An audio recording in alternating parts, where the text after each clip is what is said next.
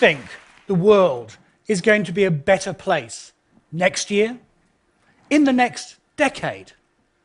Can we end hunger, achieve gender equality, halt climate change, all in the next 15 years? Well, according to the governments of the world, yes, we can. In the last few days, the leaders of the world meeting at the UN in New York agreed a new set of global goals for the development of the world to 2030. And here they are. These goals are the product of a massive consultation exercise. The global goals are who we, humanity, want to be. Now that's the plan, but can we get there? Can this vision for a better world really be achieved? Well, I'm here today because we've run the numbers, and the answer, shockingly, is that maybe we actually can, but not with business as usual. Now, the idea that the world is going to get a better place may seem a little fanciful. Watch the news every day and the world seems to be going backwards, not forwards. And let's be frank, it's pretty easy to be skeptical about grand announcements coming out of the UN. But please, I invite you to suspend your disbelief for just a moment. Because back in 2001, the UN agreed another set of goals, the Millennium Development Goals. And the flagship target there was to halve the proportion of people living in poverty by 2015. The target was to take from a baseline of 1990, when 36% of the world's population lived in poverty, to get to 18% poverty this year. Did we hit this target? Well, no, we didn't. We exceeded it. This year, global poverty is going to fall to 12%. Now, that's still not good enough, and the world does still have plenty of problems. But the pessimists and doomsayers who say that the world can't get better are simply wrong. So how did we achieve this success? Well, a lot of it was because of economic growth. Some of the biggest reductions in poverty were in countries such as China and India, which have seen rapid economic growth in recent years. So can we pull off the same trick again? Can economic growth get us to the global goals? Well, to answer that question, we need to benchmark where the world is today against the global goals and figure out how far we have to travel. But that ain't easy, because the global goals aren't just ambitious, they're also pretty complicated. Of the 17 goals, there are then 169 targets and literally hundreds of indicators. Also, while some of the goals are pretty specific, end hunger, others are a lot vaguer, promote peaceful and tolerant societies. So to help us with this benchmarking, I'm going to use a tool called the Social Progress Index. What this does is measures all the stuff the global goals are trying to achieve, but sums it up into a single number that we can use as our benchmark and track progress over time. The Social Progress Index basically asks three fundamental questions about a society. First of all, does everyone have the basic needs of survival? Food, water, shelter, safety. Secondly, does everyone have the building blocks of a better life? Education, information, health, and a sustainable environment? And does everyone have the opportunity to improve their lives through rights, freedom of choice, freedom from discrimination, and access to the world's most advanced knowledge? The Social Progress Index sums all this together using 52 indicators to create an aggregate score on a scale of 0 to 100. And what we find is that there's a wide diversity of performance in the world today. The highest performing country, Norway, scores 88. The lowest performing country, Central African Republic, scores 31. And we can add up all the countries together, weighting for the different population sizes, and that global score is 61. In concrete terms, that means that the average human being is living at a level of social progress about the same of Cuba or Kazakhstan today. So that's where we are today, 61 out of 100. What do we have to get to achieve the global goals? Now, the global goals are certainly ambitious, but they're not about turning the world into Norway in just 15 years.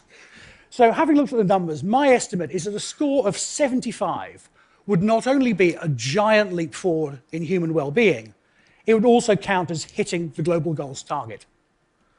So there's our target, 75 out of 100. Can we get there?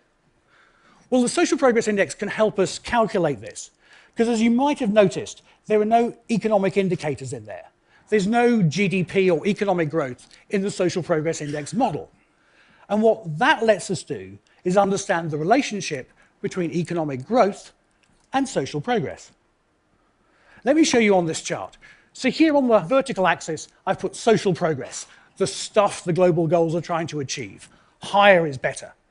And then on the horizontal axis is GDP per capita. Further to the right means richer. And in there, I'm now going to put all the countries of the world, each one represented by a dot. And on top of that, I'm going to put the regression line that shows the average relationship. And what this tells us is that as we get richer, social progress does tend to improve. However, as we get richer, each extra dollar of GDP is buying us less and less social progress. And now we can use this information to start building our forecast. So here is the world in 2015. We have a social progress score of 61 and a GDP per capita of $14,000. And the place we're trying to get to, remember, is 75 as our global goals target. So here we are today, $14,000 per capita GDP. How rich are we going to be in 2030? That's what we need to know next.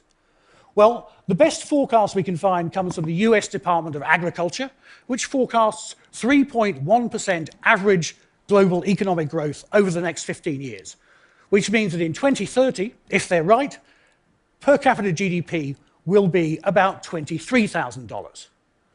So now the question is, if we get that much richer, how much social progress are we going to get?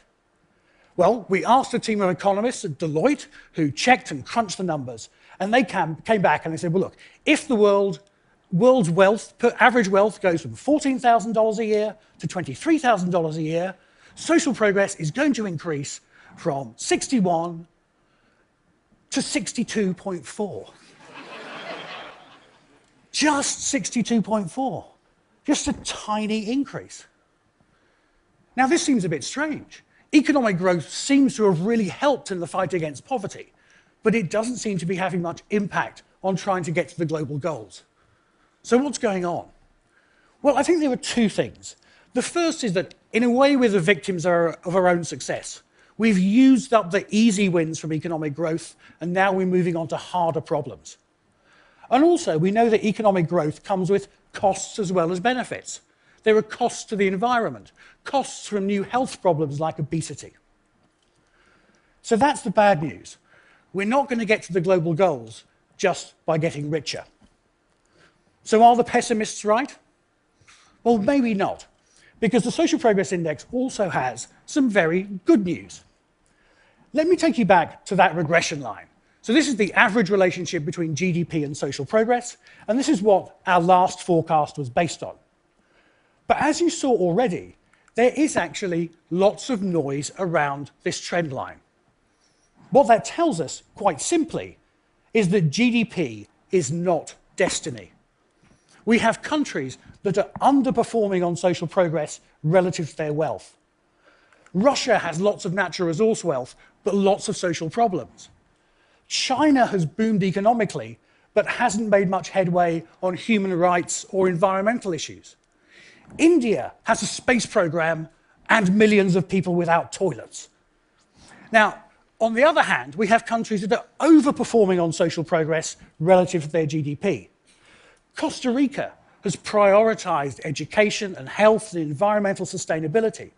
And as a result, it's achieving a very high level of social progress, despite only having a rather modest GDP. And Costa Rica is not alone. From poor countries like Rwanda to richer countries like New Zealand, we see that it's possible to get lots of social progress even if your GDP is not so great.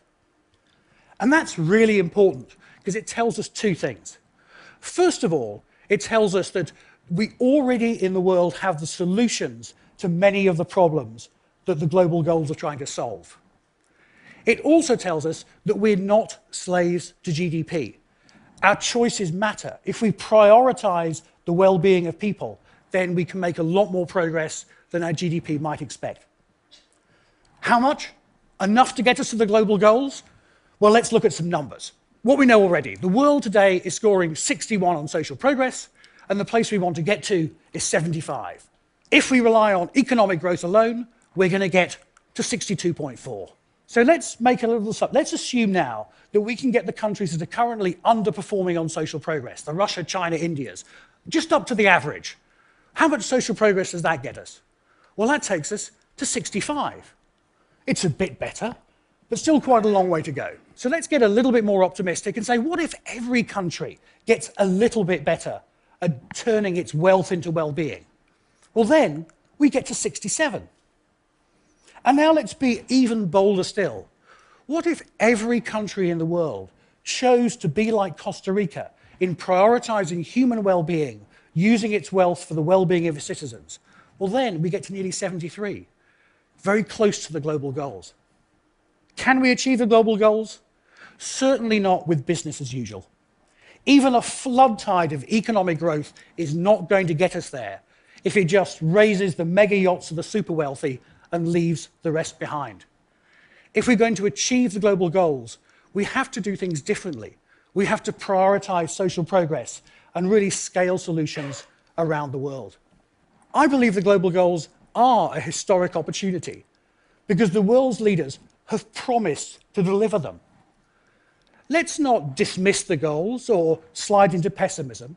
Let's hold them to that promise. And we need to hold them to that promise by holding them accountable, tracking their progress all the way through the next 15 years. And I want to finish by showing you a way to do that called the People's Report Card. The People's Report Card brings together all this data into a simple framework that we'll all be familiar with from our school days to hold them to account. It grades our performance on the global goals on a scale from F to A, where F is humanity at its worst and A is humanity at its best. Our world today is scoring a C-. The global goals are all about getting to an A. And that's why we're going to be updating the People's Report Card annually for the world and for all the countries of the world so that we can hold our leaders to account to achieve this target and fulfill this promise. Because getting to the global goals will only happen if we do things differently, if our leaders do things differently. And for that to happen, that needs us to demand it. So let's reject business as usual. Let's demand a different path. Let's choose the world that we want. Thank you.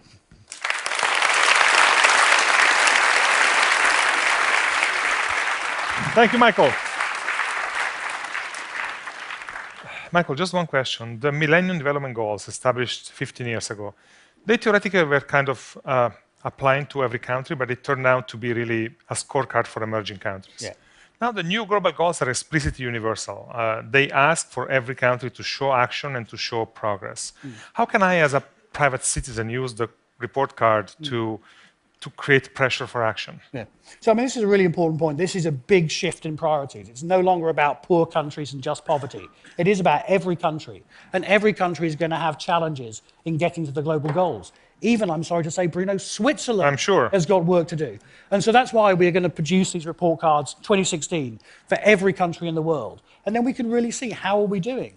And it's not going to be rich countries scoring straight A's.